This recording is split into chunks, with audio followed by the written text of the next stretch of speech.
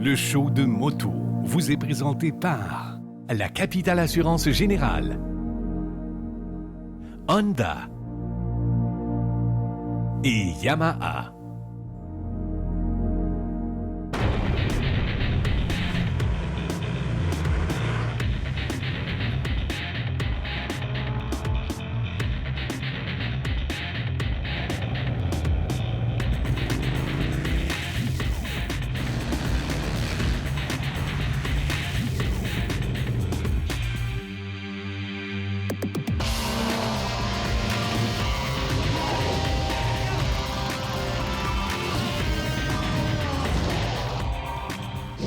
Bonjour tout le monde, bienvenue au show de moto. Cette semaine à l'émission, on vous emmène faire un tour sur la route 155 Nord en direction de Latuc, qui est l'une des plus belles routes à faire en moto au Québec. On va aussi aller faire un tour à Ormstown pour voir une exposition de motos antiques et on vous présente la Moto Guzzi V7-2 spéciale Rosso.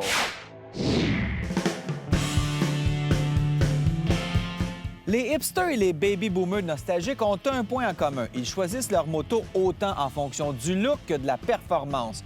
La Moto Guzzi V7-2 spéciale ABS que je vous présente aujourd'hui a tout pour leur plaire. Elle plaira aussi aux novices et aux intermédiaires. Même si ce n'est pas une bombe de puissance, elle a quelque chose de particulier. La spéciale est la moto qui se rapproche le plus de l'esprit original de son ancêtre. La peinture, d'ailleurs, s'inspire du V750 S3 de 1973 et est offerte en rouge comme celle-ci et en bleu clair. Il y a le style Dapper qui drape la moto de chrome, le style Dark Rider qui amène son lot de pièces en noir, la Scrambler qui offre le look branché et rétro à souhait, tandis que la Legend offre un look camouflage assez original. Côté mécanique, le moteur est un magnifique twin offrant 744 cc et 2 soupapes par cylindre. N'oubliez pas que cette moto se veut une moto vintage avec les qualités d'une moto neuve. Ici, on n'a pas d'ordinateur de bord complexe et pas de mode de puissance. Quand j'ai commencé à rouler la V7, j'ai trouvé que le freinage était un peu juste, mais je me suis rappelé qu'il y a seulement un disque de frein à l'avant. L'étrier a beau être de marque Brembo, ça reste que ça freine moins que si on en a deux. J'ai donc ajusté mon style de conduite en conséquence en me rappelant que c'est pas un superbike. Si on achète cette moto-là, c'est qu'on veut une belle moto standard pour faire des balades en campagne ou encore se promener tranquillement en ville. On ajuste son style de conduite en conséquence et si on fait ça, bien, ça peut faire notre outil de déplacement urbain pendant tout l'été. D'ailleurs, à son guidon, il y a plein de gens qui sont venus me voir pour me demander qu'est-ce que c'est que cette moto-là. On la trouve belle. On peut donc dire que la moto plaît autant aux pilotes qu'aux passants. Et ça, à mon avis, c'est une combinaison gagnante pour Moto Guzzi.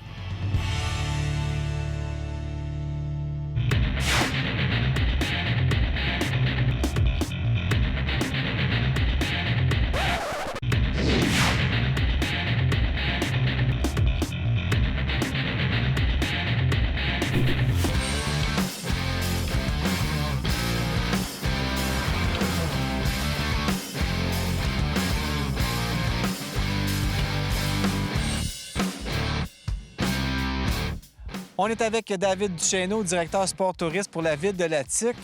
On se voit souvent, presque à chaque année, on vient faire notre tour. Mais là, on a une nouvelle cette année, c'est que la route, la 155 Nord, a été votée l'une des plus belles routes au Canada dernièrement.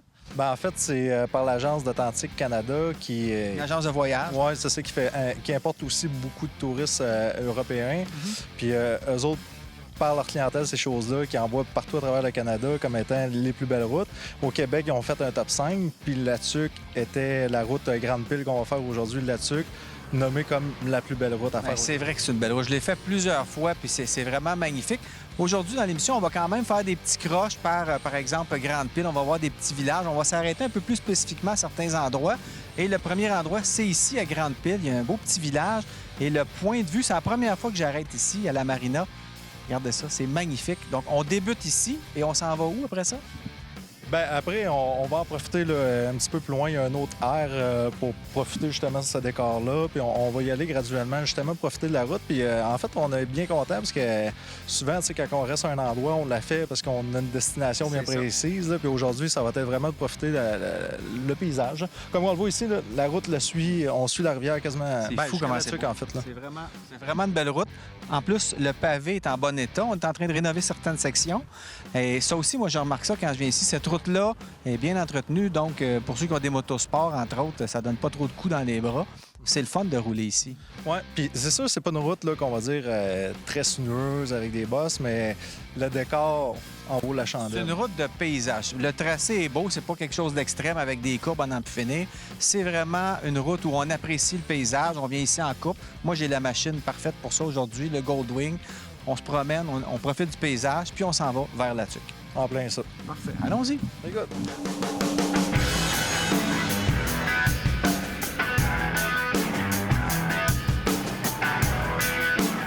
David, la 155, ça fait longtemps que je sais que c'est une route magnifique, mais pour les gens qui ne la connaissent pas, d'abord, on va parler du paysage. On suit Saint-Maurice tout le long. Pendant combien de kilomètres environ?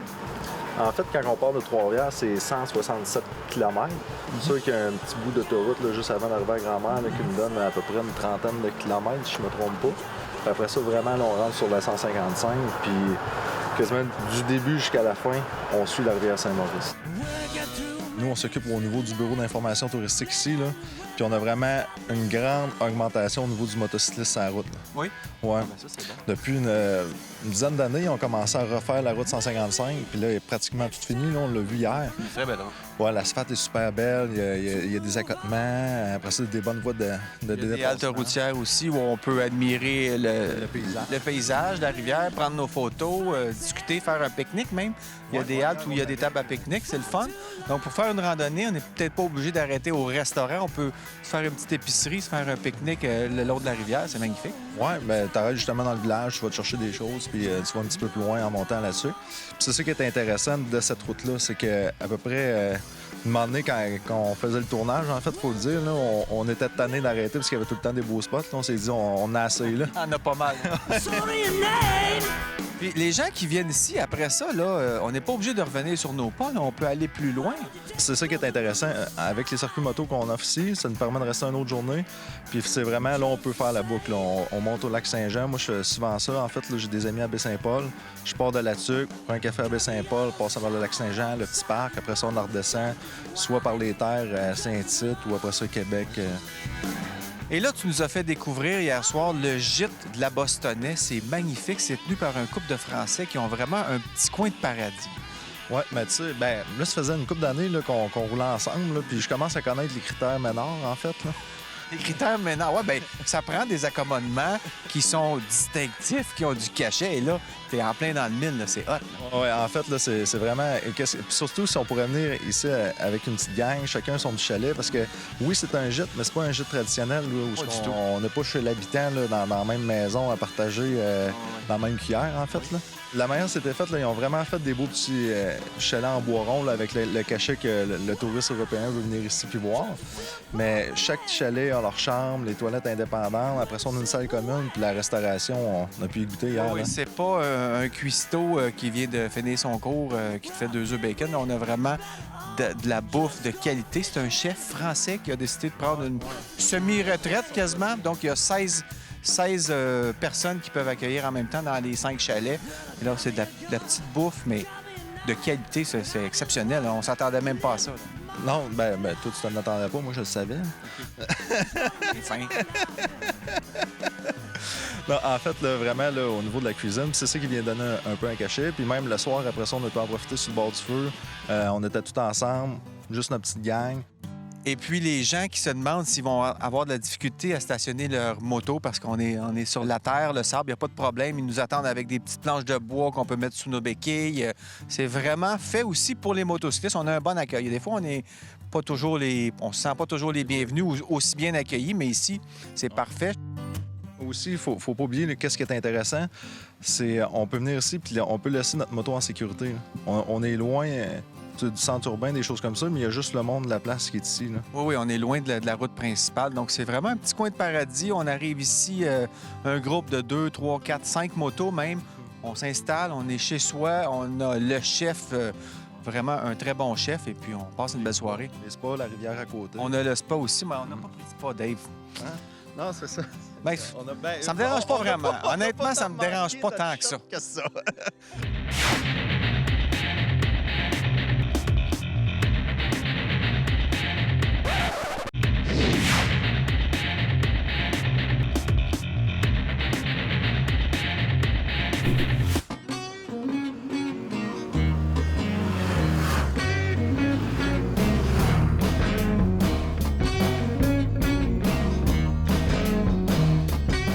On a un gars qui roule avec nous aujourd'hui, Justin. Il y a presque personne qui connaît autant le territoire de la région de la Tuque que toi. Tu es directeur du développement ici pour tout le territoire.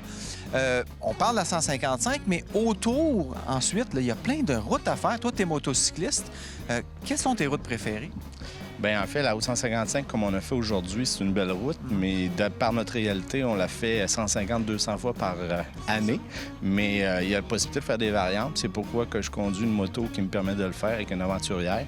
C'est qu'on est capable de partir par la forêt, utiliser des routes forestières, sortir dans les régions qui sont limitrophes, puis on revient chez soi par la route 155.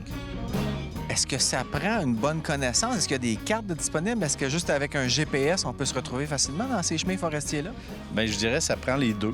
Nous, à Ville de la Tuque, via notre bureau d'information touristique, on produit une carte du réseau des chemins forestiers. Okay. Donc, c'est possible de l'acquérir.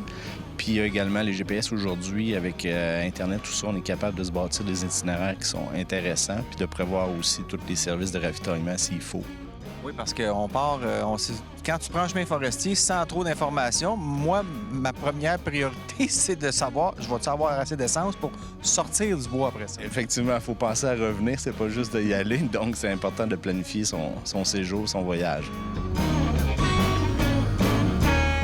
Moi, ce qui me fait toujours plaisir, c'est de voir que dans le coin de la Tuque, on est vraiment bienvenu comme motocycliste. C'est vraiment une ville de sport motorisé, puis vous avez vraiment des choses à offrir aux motocyclistes. Oui, vraiment. Là, depuis cette année, qu'est-ce qu'on offre? Si vous êtes un groupe ou un organisateur de groupe, on a le Parc des Chutes qui est le bureau d'information touristique, mais c'est aussi un aire de service.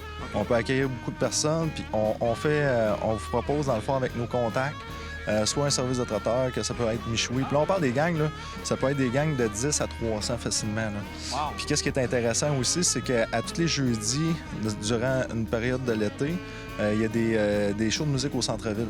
Fait que les forfaits qu'on sort, c'est vraiment en formule avec des intervenants, soit restauration, soit hébergement. Puis c'est vraiment dans un principe comme d'aller chercher des intervenants qui est comme ici, qui est plaisant pour les motocyclistes. Puis en plus, si jamais les gens veulent se dégourdir les jambes, il y a plein de sentiers. On peut faire plein d'autres activités que la moto quand on vient ici. Oui, c'est plaisant. Puis comme juste le petit centre-ville le jeudi, c'est vraiment dynamique. Il y a aussi souvent des ventes. L'ambiance. Il y a vraiment... Même les commerçants, plus ça va, là, ils sortent les tentes pour des rabais sur les vêtements ou après ça, les cafés, ils sortent. C'est vraiment intéressant. Là.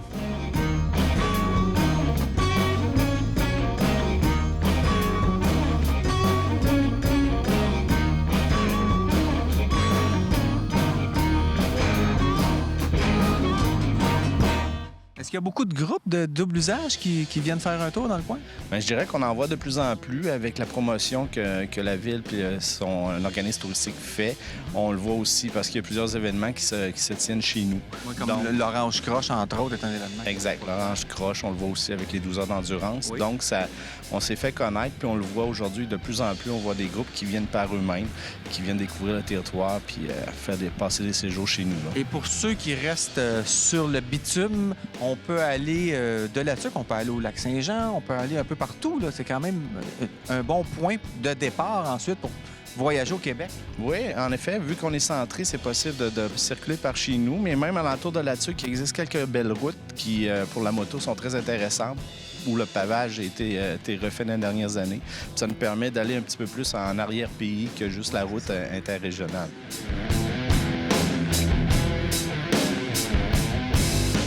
Ben David, c'était vraiment le fun encore une fois. Tu nous fais découvrir ton coin de pays, t'en es amoureux, c'est clair, puis tu connais bien ton produit. En tout cas, le gîte de la Bostonnais, c'est vraiment une trouvaille. Tant qu'à moi, les gens, on vous invite à venir voir ça en moto. Et puis la 155, mais si vous ne l'avez jamais fait, venez faire votre tour. Merci beaucoup. Merci.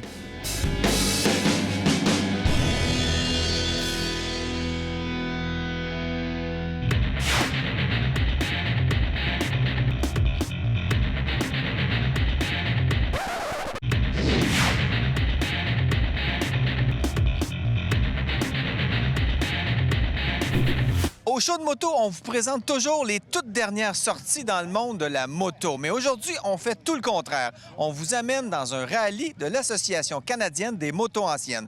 Vous allez voir que les technologies de la moto, ça a pas mal évolué.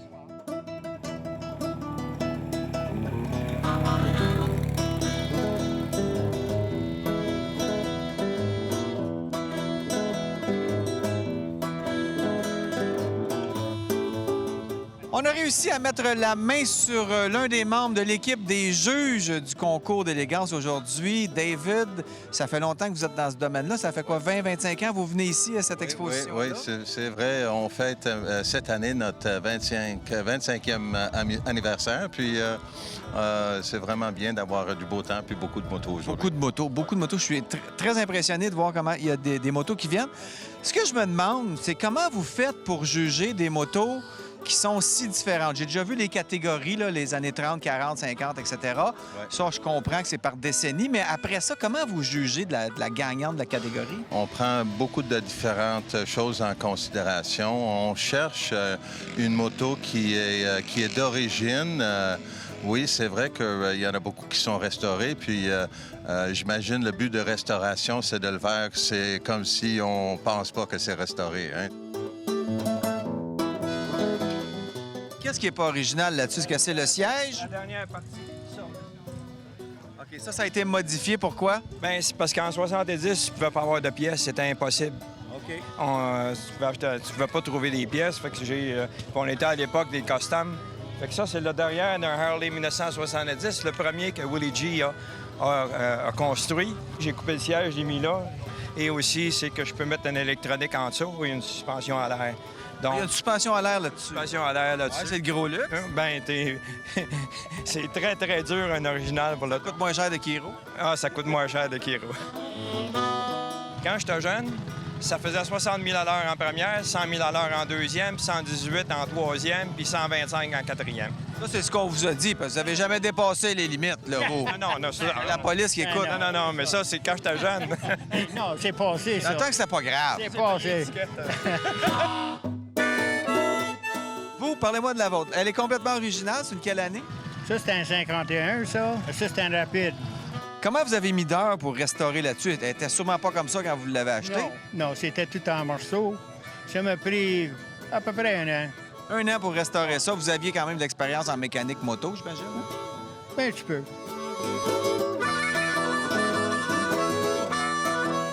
Ça vaut au bas mot n'importe quel Vincent qui marche, qui sont convenables, qui sont pas en morceaux, entre 50 000 et ça peut aller à 500 000, dépendamment du modèle. Vous gardez les clés dans vos poches aujourd'hui, là. Il n'y a pas de clé. Il n'y a pas de clé un peu. Attends. Ça vaut 50, 60. Il n'y a pas de clé. Bon, on va aller prendre une marche. Salut, les gars. On rencontre toutes sortes de passionnés quand on vient dans ces événements-là. Il y a Denis qui est là avec son petit Harley. Denis, parle-moi de cette moto-là. Elle est vraiment Ça, c'est jolie. une moto, ils appellent des Hummer. C'est un 1948. Ça s'appelle Hummer. Ça n'a aucun rapport avec les Jeeps, là. Oui. Ça s'est appelé des Hummer à partir de 55. C'est l'année où Dean Hummer, qui est un vendeur aux États-Unis, c'était le plus gros vendeur de Hummer. Fait que Harley Davidson a communiqué avec lui puis ils ont demandé s'il ne pouvait pas prendre son nom pour Faire un modèle. toute la série, exactement. Et qu'est-ce qu'elle a de particulier, cette modèle-là? C'est une petite 2 temps. Oui. C'était la première année qu'il faisait Deux des temps? 2 temps en 1948. De ce modèle-là, il en a fait beaucoup. Parce qu'après la guerre, les gens n'avaient pas d'argent pour acheter des V-Twin. Fait qu'ils ont mis ça sur le marché pour être capable de continuer à opérer les usines. OK. Tu dois pas faire long avec un réservoir comme ça, 2 temps? Je ne l'ai pas essayé. Fait Tu vas jamais au bout? Non. La moto doit-elle fonctionner absolument? Dans le temps, on a passé, on a marché avec un système de pointe. Puis oui, si tu amenais ta moto sur crème glacée le vendredi soir, puis le breakfast. Ça comptait. Ça comptait. Maintenant, pour savoir ceux qui partent pas, tu sais, il y a une qui est arrivée ici dans un remorque en fiberglass, toute scellée, là, pour un avion ou quelque chose, là, hermetically sealed. Alors, même pas de poussière de route dessus. Puis, tu sais, pour moi, ça compte moins. Moi, j'aime voir... Que la moto roule. Et roule On et l'utilise. utilisée, c'est ça. Parfait. Est-ce qu'il y a des marques aussi qui sont plus en demande? Par exemple, bon, j'ai vu des Indian, des Harley-Davidson, on en voit quand même pas mal. Vous avez une Ariel. Des motos plus rares, est-ce que ça gagne des points, ça aussi? Absolument. Il y a 2 Bruff Superior ici. Très rare. Hein? Oui, absolument. SS80, c'est vraiment c'est dans la très, très haute gamme.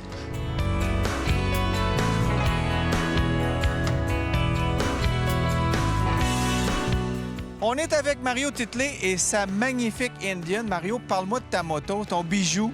Oui. Cette moto-là, c'est une Indian Chief 1940. Et cette moto-là, c'est une américaine, mais militaire.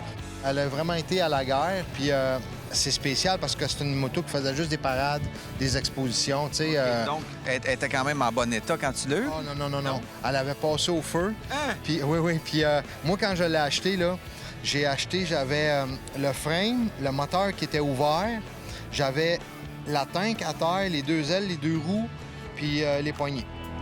Puis une chaudière de 5 gallons en plastique avec comme un paquet de morceaux rouillés.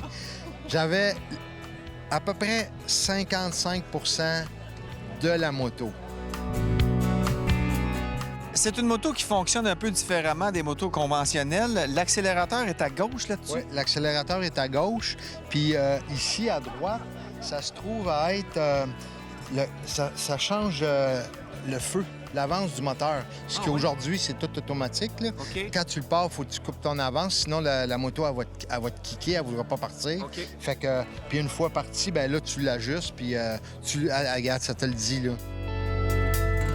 La clutch, c'est en bas, c'est au pied. La clutch est au pied, Au pied gauche. puis les vitesses sont sur le réservoir. Ça, on appelle ça un suicide bike Oui. parce qu'il manque une main puis il manque une jambe quand tu conduis. C'est pour ça qu'il y a beaucoup de gens qui se sont tués avec ça parce que, admettons que c'est sur une lumière puis ta moto est embrayée puis tu perds l'équilibre ou quelqu'un te touche, bien, ton cerveau, il va t'envoyer tout de suite le réflexe de mettre ton pied à terre.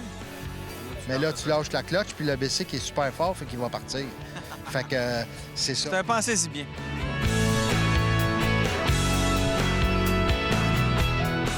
Bien, merci beaucoup. OK, plaisir, Bonne oui. fin de jugement. Merci. Ce qu'on dit, c'est le jugement dernier. Ouais. Non, après le jugement, c'est le Cornwall.